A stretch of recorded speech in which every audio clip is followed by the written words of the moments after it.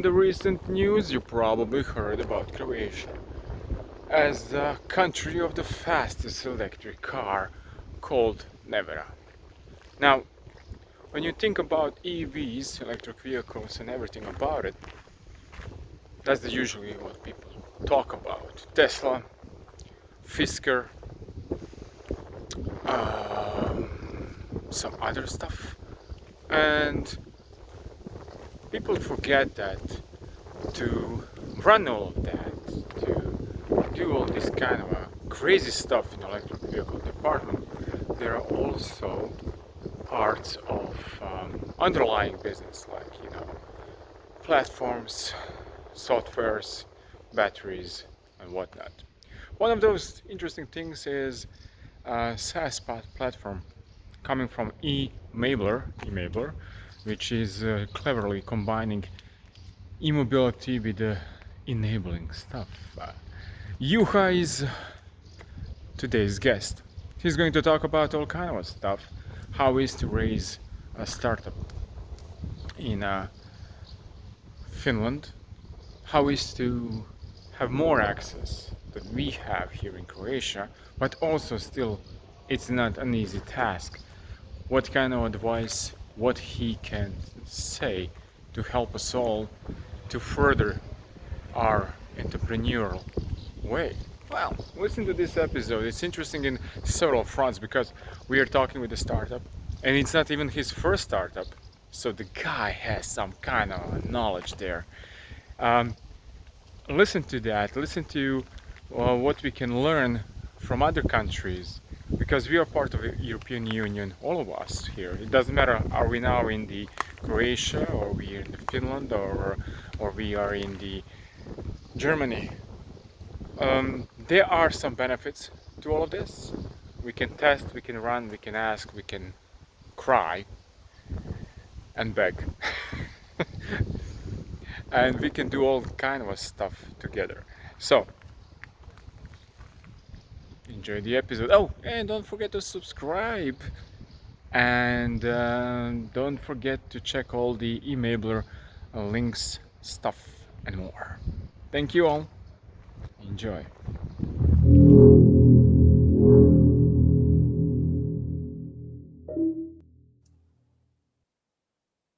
Well, hello. Another episode of StartUp. And like I said in a little intro, we're today talking about electric vehicles or electric business because business is booming right now and the floats are coming.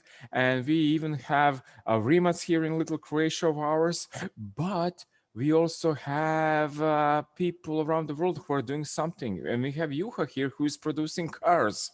No, Yuka, what are you doing there in eMabler? What are you enabling in EV world? Hi, good morning, Miro. Thanks for having me here. So, yes, what we are doing, as you said, electric vehicles are booming. It's part of this mega trend that is ongoing, and of course, it will transform many things. And one of the basic things that is needed for the electric vehicles is that they need to be charged. So you need to charge electricity into them. Um, Maybe many of us are charging them at home, workplaces, but there are many locations, of course, where electric vehicles are charged.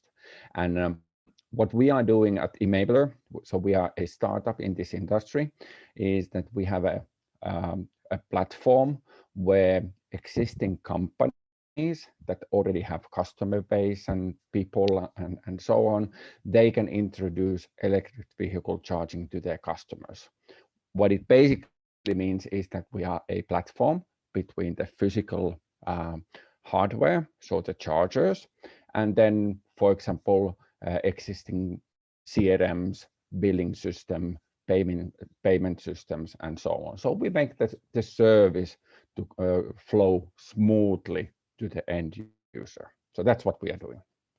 Okay, so one day you're just sitting at home and thinking, okay, I have an electric vehicle. Maybe it's not this and that, and I will not produce one, but I will do this kind of a crazy idea about what you do, and or how did you come up with that idea? Because you are kind of a bridge between old and new in a way. It's true. Yeah, I would say probably a long process. You always, when you think about what has happened and then you look backward, maybe it's difficult to say what was exactly the tipping point when you kind of like came up with the idea. I have been in the industry about 10 years, so in eMobility, as we call it, so electric vehicles, electric vehicle charging, energy management, and so on. So it's a long time in this industry, and of course it has evolved a lot during this time, and we are still just touching the surface of this business, because now, let's say, the big wheel is turning, so the market is growing. So I was in the industry already, and my previous job was that I was running a business for electric vehicle chargers, so the actual physical products. So we were manufacturing and selling these chargers. And then we started to see that and the need from the customers that when they install chargers, they think that, okay, how do we offer the service to our customers? Because, they want to offer it smoothly, someone to invoice it, someone to authenticate it and report it, and so on. And this is how we came up with the business idea, that we saw that there is a large number of customers that are entering this business, let's say as a complementary service, and they already have their mobile apps, they have their CRMs, they have their customer base, and they would just want to have a smooth end user experience. And that's how we came up with the business idea. And it's really interesting for me to hear this, because when you look at it, we are here in Croatia, and we don't have so many charging stations. It's booming right now. It's going to get to that. We don't have much EV business. It's booming right now. It's going to get to that. And we are like a sunny state. Like, we have so much sun here in the middle of the Europe, and you are up there with the reindeers and snow and not sun enough. Or am I wrong? Yeah, it's yeah. We are based in Finland, which is of course not that much sun as in Croatia or the southern Europe. But if you look at the Nordic countries, for different reasons, the Nordic countries are actually quite advanced when it comes to the electric vehicles. Of course, Norway is a specific market. I mean, over 50% of the new, well, 75% of the new vehicles are electric vehicles. So they are really into this business. But the same applies for the Sweden, Finland, Denmark, and Iceland. So the Scandinavian countries. So there is something, maybe something specific with the culture and with the thinking, why we are adopting electric vehicles, maybe a little bit earlier than some of the European markets. But of course, now you see that all the markets are going this direction, and they are becoming more popular. Um, why? Why it is so popular? Maybe one reason is that both on individual level and then on governmental level, the concern about environmental issues is a little bit higher. Of course, the Scandinavian nature is very beautiful, lots of forests, lakes, sea, and we appreciate the nature. So maybe that has something to do with the reason, and also the regulation and all the taxation and so on is pushing for that direction.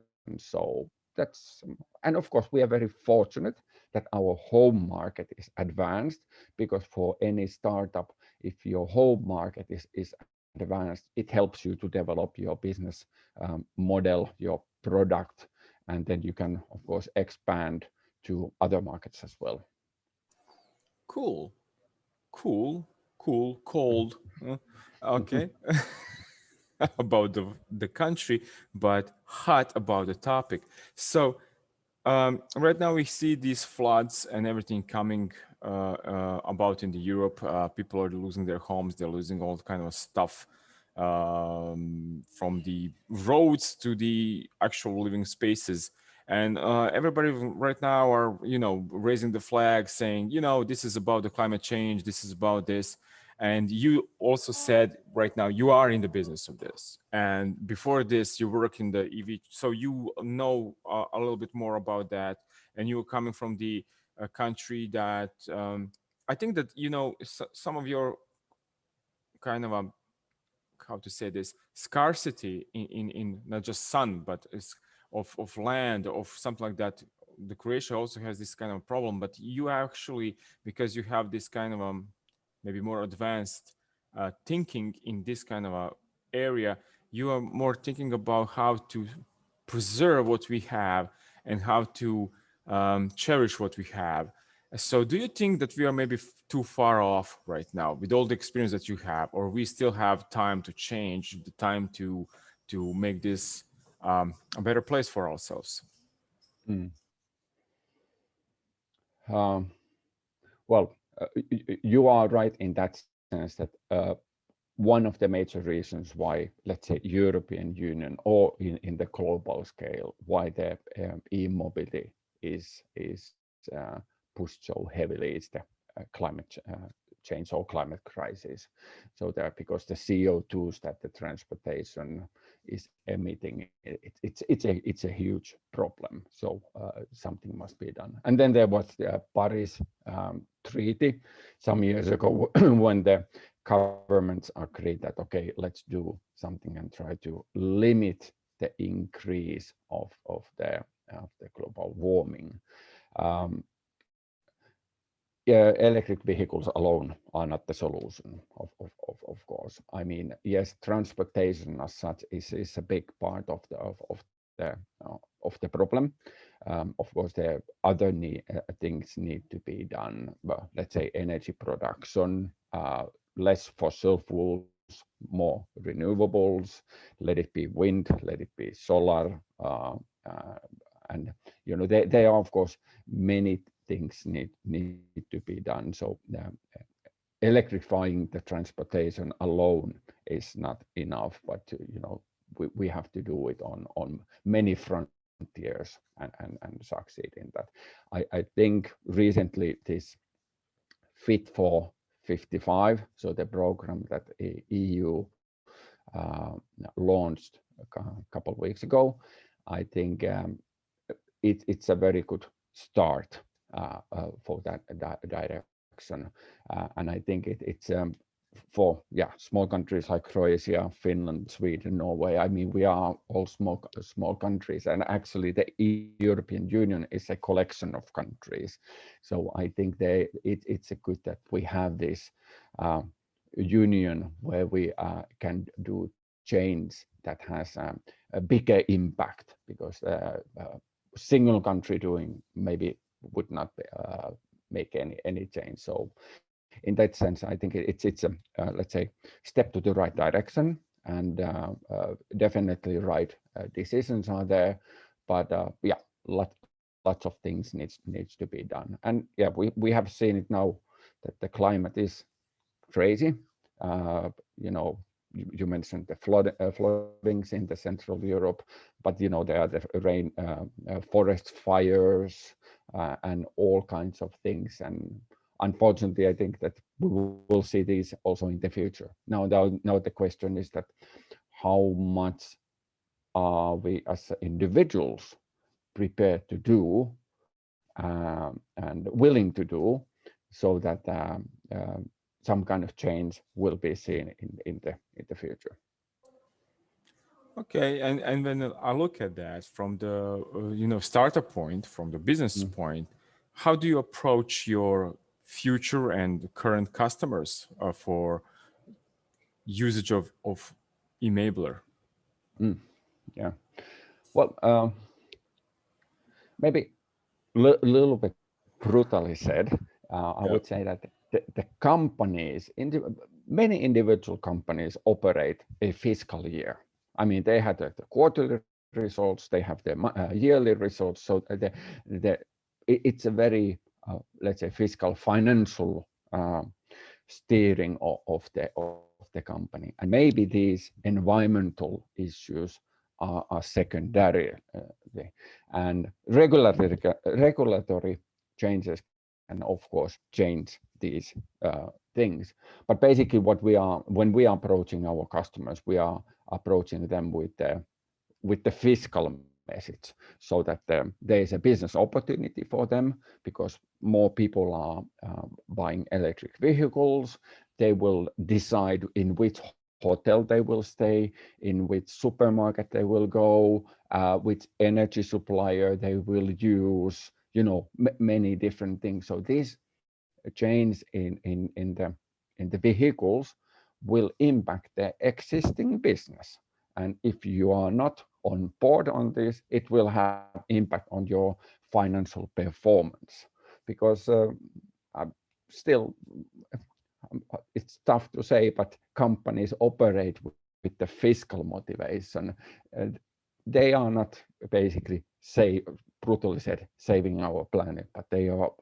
And of course, it's a bonus. Yes, definitely, it's a bonus. They see that since the regulatory environment is changing to that direction, they need to comply with the regulatory requirements, but at the same time they are of course responsible for their shareholders and for their customers and so on. So we are basically saying that it's a business opportunity for them. And you have some experience in that, like you mentioned, you worked in the field of EV before, but this is actually not your first startup also, right? Yes, this is not my first startup. I have been working in, I think this is a fourth startup. I haven't always been the founder, but I have been founding company or being a co-founder also Okay. earlier. So yes, I have seen what it is to found a company, to grow the team, grow the business, scale the business. And of course, every journey is a little bit different. So you cannot say that it's copy paste and you do it the same way. But there's of course similarities, and these similarities of course help you to navigate through the jungle of startup world, and understand that there are certain challenges that you are facing, and it's just, let's say, name of the game that there are certain Yeah. challenges that you face. And I like, how people always say, like, or think that the grass is always greener somewhere else. But, you had like four startups, you have exits, you have like completed the journeys. Do you think like, oh, it's much more easier to do a startup here or a startup there or startup, you probably like myself as a startup founder as well. I was like, oh, if I'm in Silicon Valley, everything will be given to me because that's what you hear all the time, Or if I'm in the, I don't know, England, Finland, or like whatever, but it still is. You have to take a shovel and dig to get that. Is it like hard, easy, or is it just challenging? Well, of course, it depends on the day. It can be easy, it can be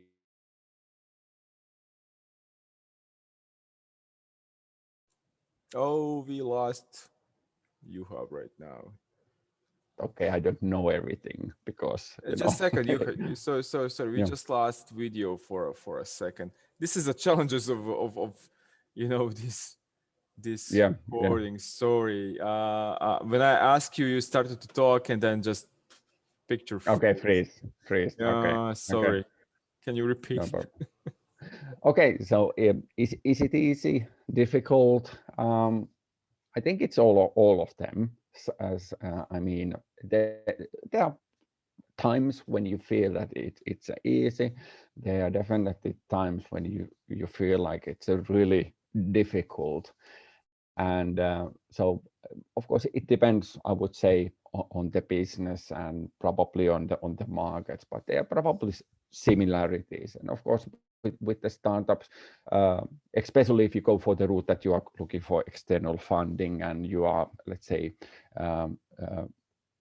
looking for investors and scaling your business, there are certain um, things that you just comes with the package, so to say, that you just have to accept. And of course, driving the growth, building the team, finding the right people, ensuring that there's so-called product market fit with your product, so that actually your product is right for the market. It's solving the real problem. These things you are fighting all the time.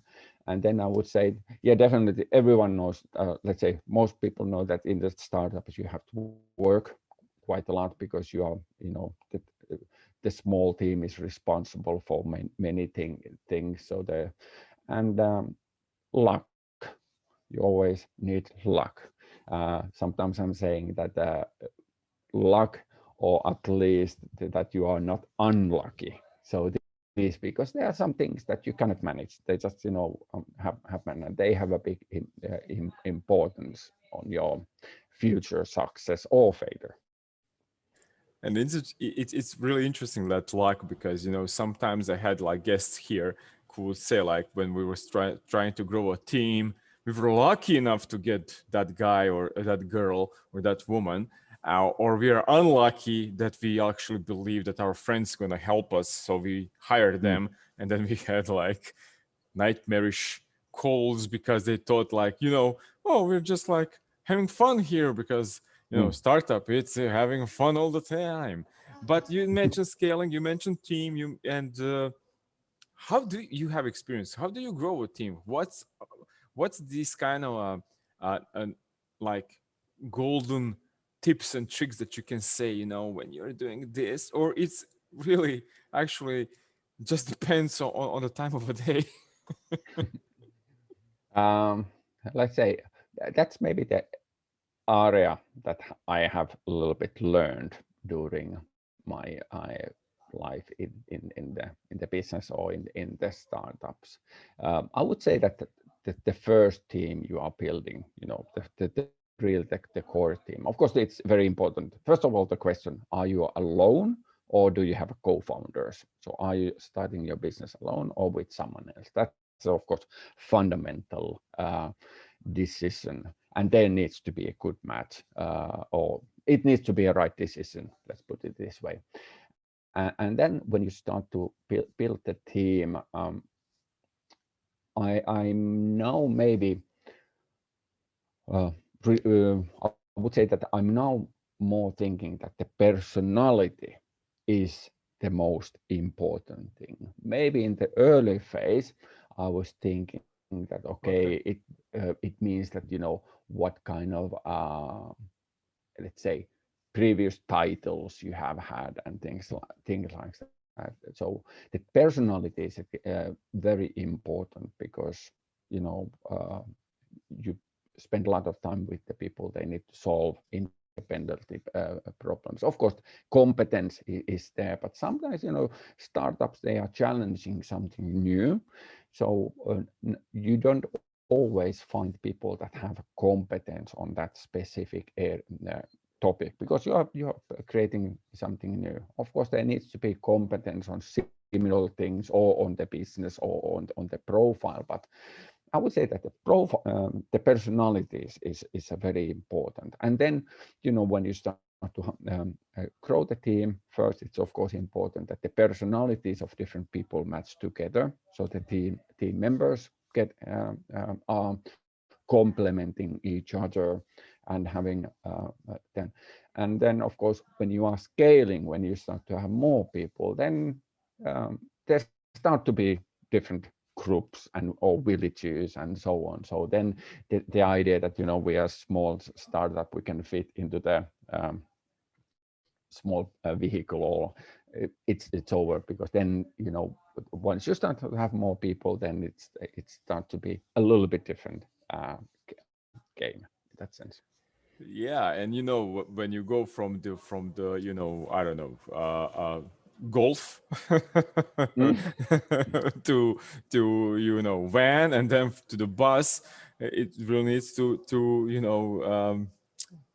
rise accordingly, and everybody needs to do a little jigsaw puzzle stuff, like where to sit and how to do and how to interact. But to do all that, we in the startup world know that we need money. And sometimes money doesn't, well, it's not falling from the sky. So you need to go and try investments. And to scale, to do this, to have a good and creative team and creatively do what you are doing, how do you get to the money? Here in Croatia, we don't have so much, VCs or funds or whatnot. Uh, you guys there, you have a little bit more options. And just recently, I heard you got some money. Yes, yeah, we did our seed funding round recently. Yeah, this investment or funding, of course, it depends on your business model and business where you are. I mean, there are businesses that are cash flow positive, and you can sort of say bootstrap yourself, so you get the money from the customer, and that this is how you build your business. But businesses are different. For example, in our case, when we are building a SaaS platform, so software as a service platform, of course, the investment to build that platform, upfront investment is, we need to fund somehow, and that's why we had our funding round. The funding discussions are probably always a little bit different, but there may be some similarities also. What I have noticed when I was talking with the different investors, first of all, you knock a lot of doors. You knock, that's the thing. Exactly.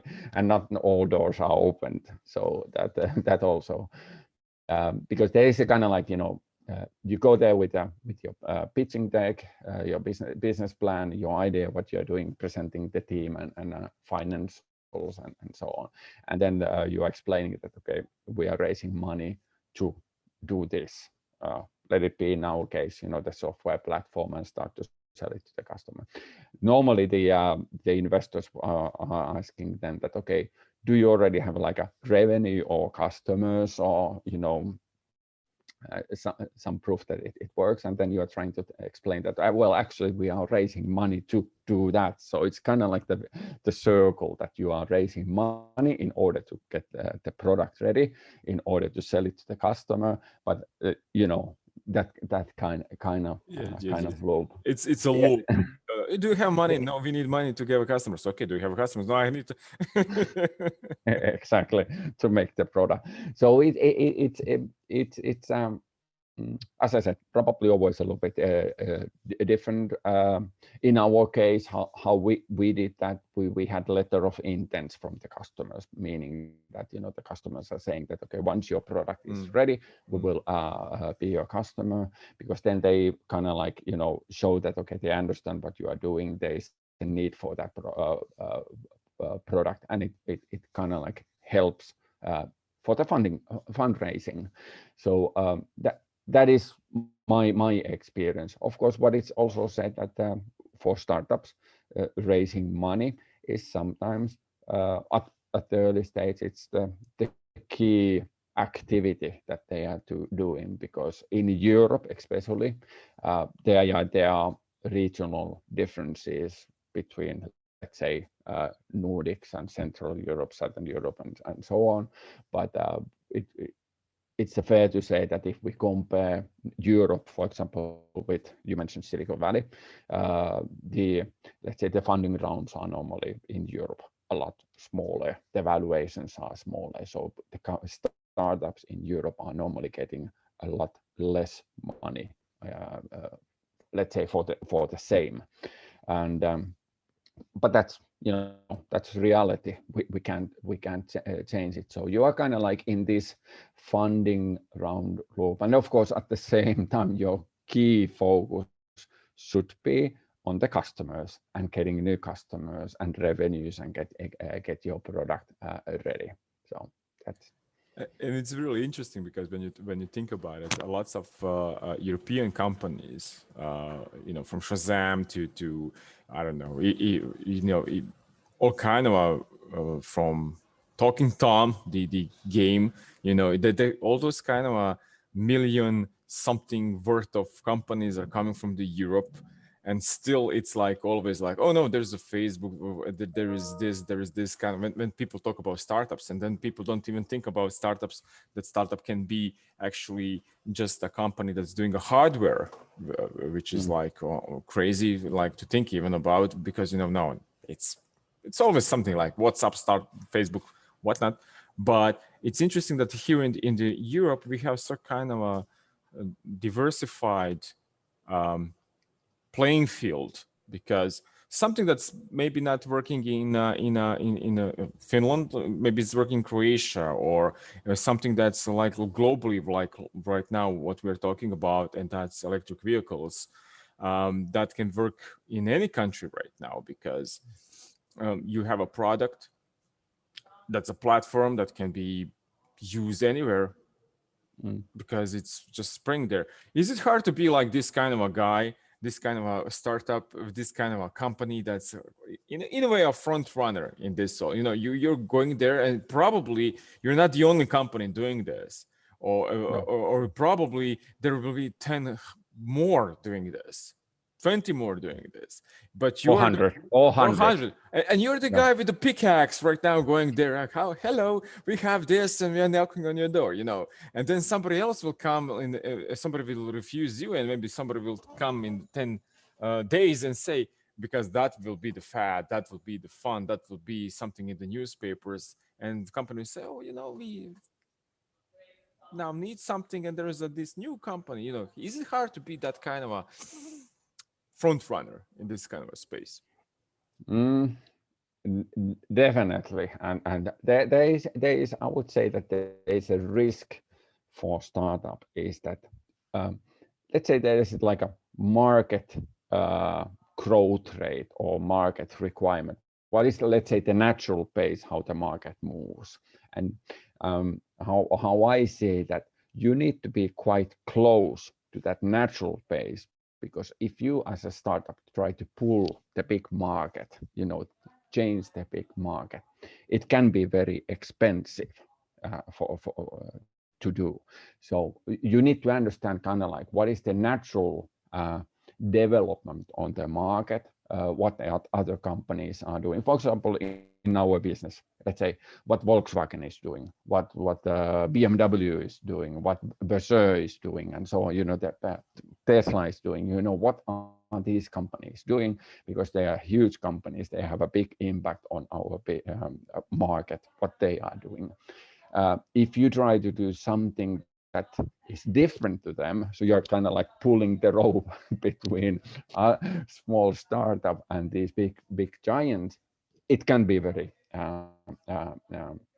expensive, let's say, impossible. Of course, there are examples that the small companies have created totally new industry or segment or product or requirement. So that's how I see, is that for the startups, you kind of like really need to understand your market, your customer, and that requirements, and match with that. And then if you are behind, that's also the challenge, because then you're always running, trying to catch the market. You always, with, for example, with your product or with your pricing, with your business model, you're always kind of like a little bit behind, and you're trying to catch it. So the timing and the phasing of doing things is really important, that you do things on the right time, so you benefit from the general market development, what the others are doing, regulatory changes, and so on. So that's a really important issue for a startup. And what's interesting to me is like that sometimes people, when they're starting a startup, they think that they need to be the so much inventive, that they're the new toy in the town, let's say like that nobody did it before. But actually, even now, right now, we are talking over the some kind of a online meeting app, right? But this is not the only online meeting app. There are like hundreds of them, and one was becoming famous because of this, another was becoming famous over that. And it's same is, I think, in some kind of a startup role for all kind of a stuff, from vehicles, EV vehicles, to the SaaS, PaaS, whatnot platforms. And What's interesting to me is that you mentioned in the beginning of our call today that you also mentioned like this kind of that you have support from your local country. If you're looking at EU, European Union as a, which we are, lots of country working together, but to start doing something, did you had like more, like you mentioned, like, but did you had like more customers first for those like letter of intention coming from your own country, or you had to reach out a little bit, over the border and say, they are maybe more advanced in the EV than we are, like in electric vehicles. Maybe they will bite first. Well, we had both. Yes, we had from our local market, and then we had actually in Norway, which is of course very advanced in this market. So we had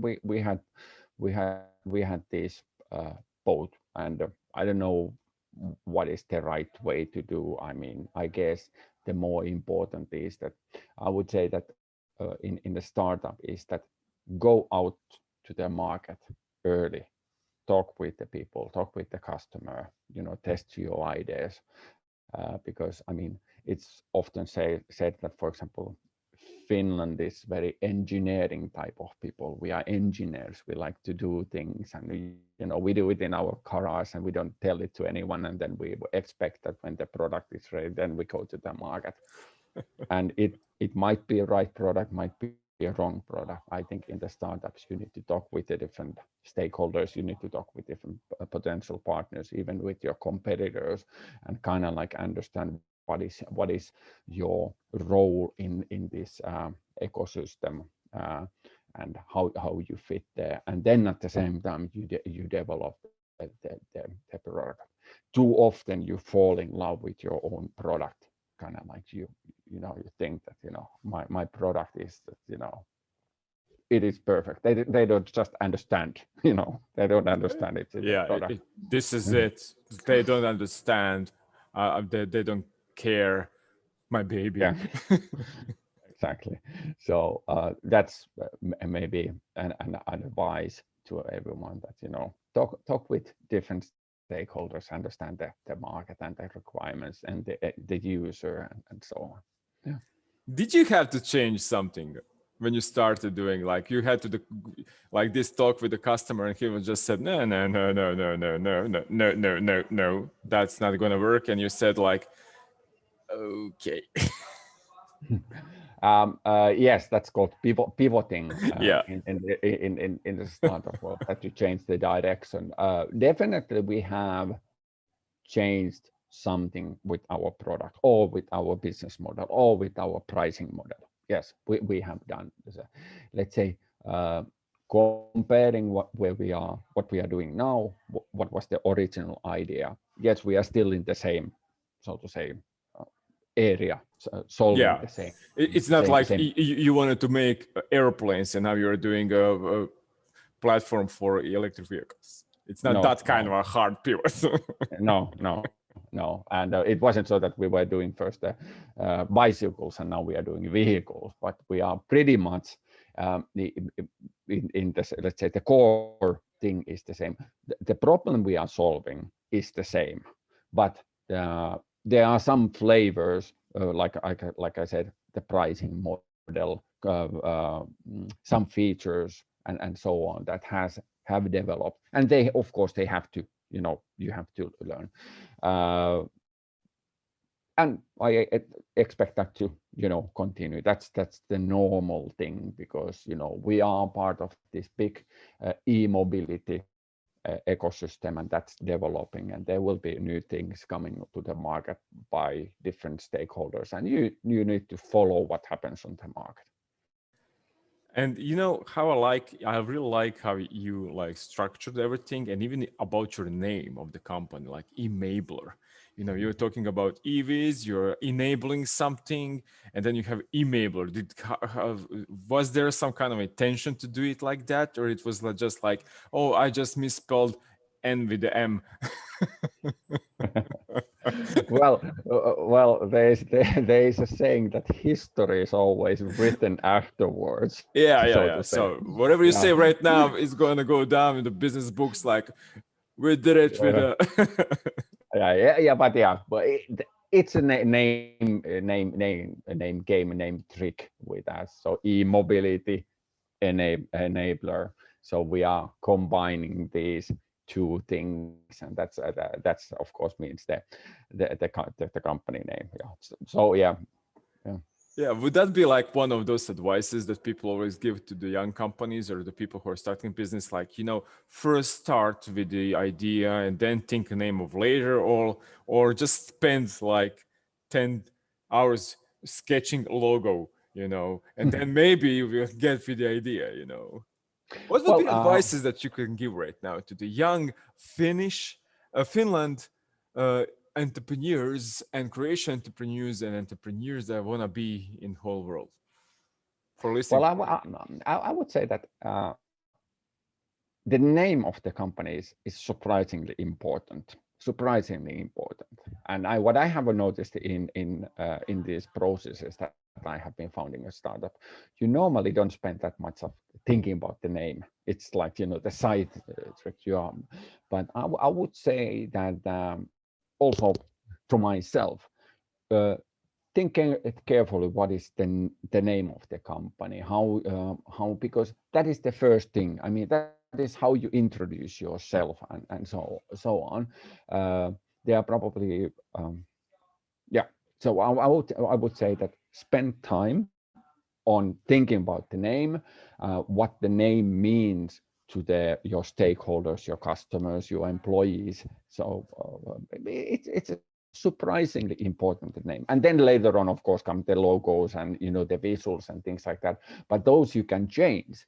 But the name is something you need to stick with. So I would say that spend time on that. You don't need to know it.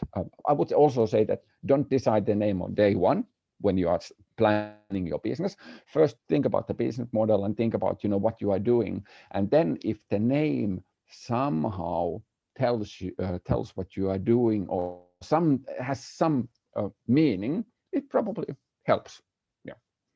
And after that, when you decide the name, should we all focus more on the customer or on the product or on the financing part of the company? um, I have a sticker in my laptop that says that love the problem, not the solution. So love the problem and not the solution. So understand the customer problem what you are solving. There are very many different let's say theories. There is a product-led growth kind of theory that says that you lead your actually your whole business with your product. You focus your product. I mean, Zoom, we are using now, Zoom is mentioned as one example. Slack is mentioned one example of product-led growth. And so I would say you need to do all of these. They all have an important role, because of course the financing, funding is something that you need to ensure that you have money to develop your business. And that's also what my advice to the startup young entrepreneurs is that understand your numbers, follow your numbers. So understand what is your cash situation, what is your cash flow situation, what is your burn rate, what is your run rate. So how long time it will take until, for example, you run out of money, or when are you expecting to be break even, and things like that. So you understand, these, because once you kind of like understand those well, you know how they are, you are not stressing that much, because you kind of like have the feeling, okay, now I know that's how they are. But if you are a little bit like uncertain what happens, and what is the gas situation, it can be quite stressful. So Yeah, you're in the car and there is no electricity left inside, you know.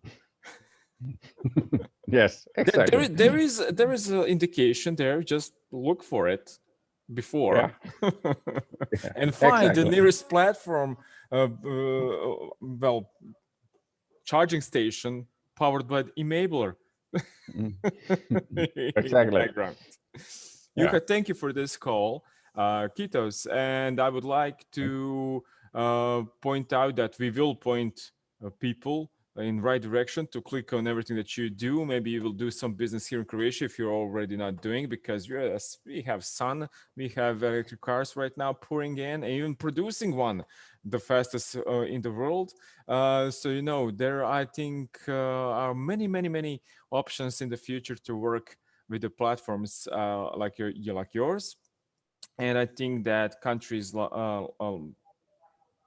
well, both countries can learn a lot from each other in different areas, I guess. So thank you for being a guest today.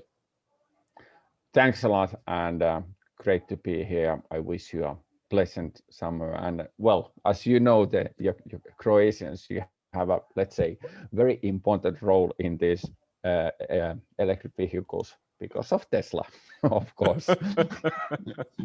Yeah, Yeah, we have that guy who like invented exactly. 21st century now. So it's really on our shoulders to like bear Yeah. the burden.